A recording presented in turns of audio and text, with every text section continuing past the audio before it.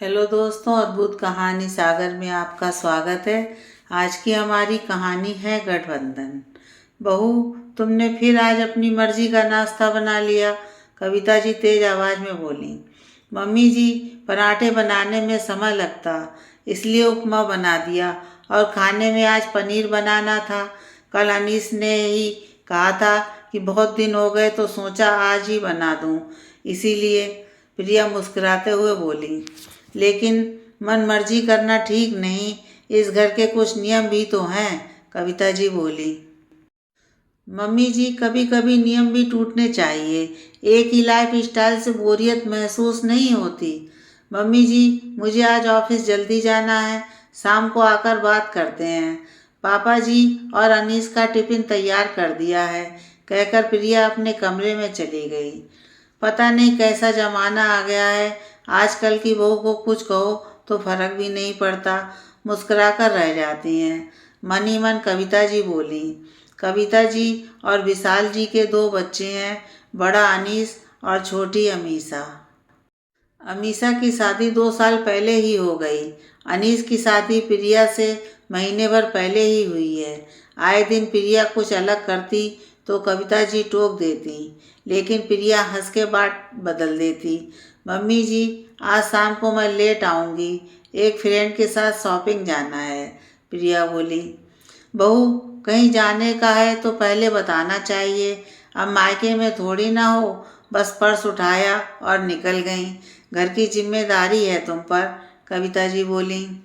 Mummy जी, पहले ही तो बता रही हूँ, जब प्रोग्राम रात में बना है तो सुबह ही तो बताऊंगी ना। और मम्मी जी, ज़्यादा देर नहीं होगी और हुई तो बता दूंगी, प्रिया कहकर जाने लगी। बहू, अब ये भी नहीं पता तुम कब लौटोगी, क्या अनीस को पता है, कविता जी बोली। मम्मी जी, अनीस को पता है, लेकिन आपको बताना भी तो ज़रूरी है ना, वरना आप मेरी चिंता करोगी, प्रिया मासूमियत से बोली। और खाना, कविता जी बोली। मम्मी जी, मैं तो घर पर ही खाऊंगी, आप हल्का ही बना लेना। ठीक है, मैं चलती हूँ, प्रिया बोलकर निकल जाती है। ये बड़ी होशियार है। मैं कह रही हूँ रात का खाना कब बनाओगी, और ये महारानी तो मुझे ही आदेश देकर चली गई, कविता जी खुद से ही बोली। रात को कविता जी ने बेमन से खाना बनाया, सबके लिए खिचड़ी बना दी, पर किसी ने भी कुछ नहीं कहा। कविता जी को लगा अब सुनाऊंगी भी तो कैसे। प्रिया रायता, अचार, चटनी और पापड़ सेक लाई, सबने मज़े से खिचड़ी खाई। प्रिया नौकरी के साथ घर भी संभाल रही थी, पर जब जो करना होता वो मन से भी कर देती। कविता जी कुछ कहती तो हंस के बोल देती, मम्मी जी अगली बार ध्यान रखूंगी। अब कविता जी को भी चुप होना पड़ता, क्योंकि बात बढ़ती ही नहीं। एक दिन किसी शादी में जाने के लिए अमीषा का अचानक से शहर आने का प्रोग्राम बना।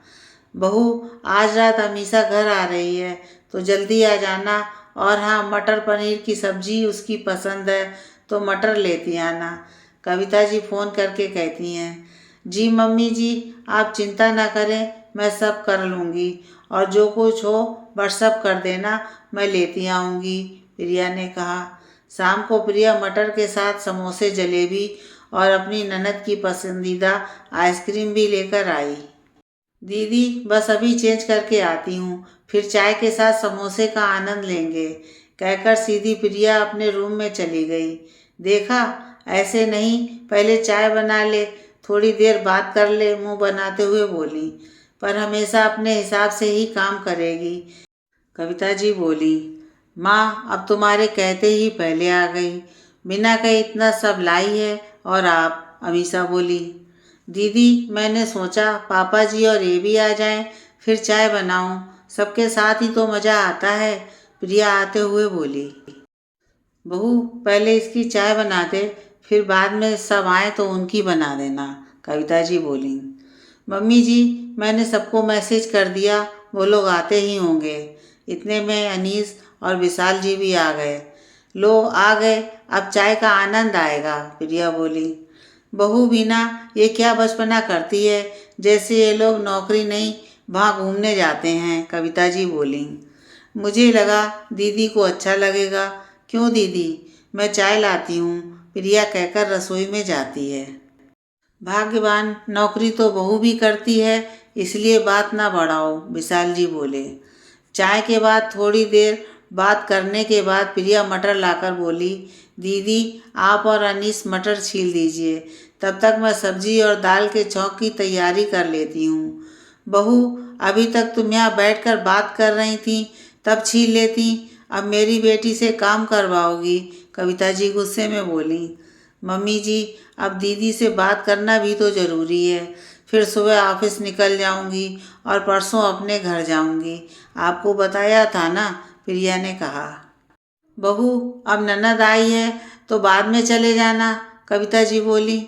मम्मी जी, दीदी का प्रोग्राम अचानक बना है, मैं शिकायत नहीं कर रही और मेरा तय था, फिर दीदी तो शादी में शामिल होने आई हैं और आप सब तो यहीं हैं, प्रिया बोली।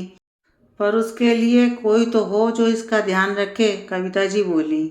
मम्मी जी, आप भी ना, अरे दीदी का घर है, मैं तो कल ही आई हूँ और दीदी भी मन की बात आपसे मिलकर कर लेंगी, मैं भी मिस कर रही हूँ अपनी माँ को। क्यों दीदी, सही कहा ना, प्रिया मुस्कुराते हुए बोली।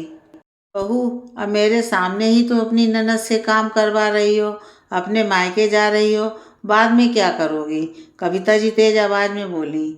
माँ, ऐसा नहीं है, आप प्रिया को गलत समझ रही हो, अनीस बोला।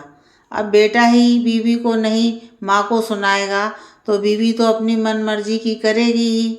लगता है बहू, तुम्हारा गठबंधन बस अनीस से ही हुआ है, हम लोगों से नहीं, कविता जी नाराज़गी से बोली। मम्मी जी, आप गलत समझ रही हैं, आज दीदी को अपना मान के ही ये सब किया है, आज दीदी के भी ननद हैं। दीदी क्या उनके आने पर खुशी होती हैं या टेंशन बढ़ जाती है काम का, प्रिया ने पूछा।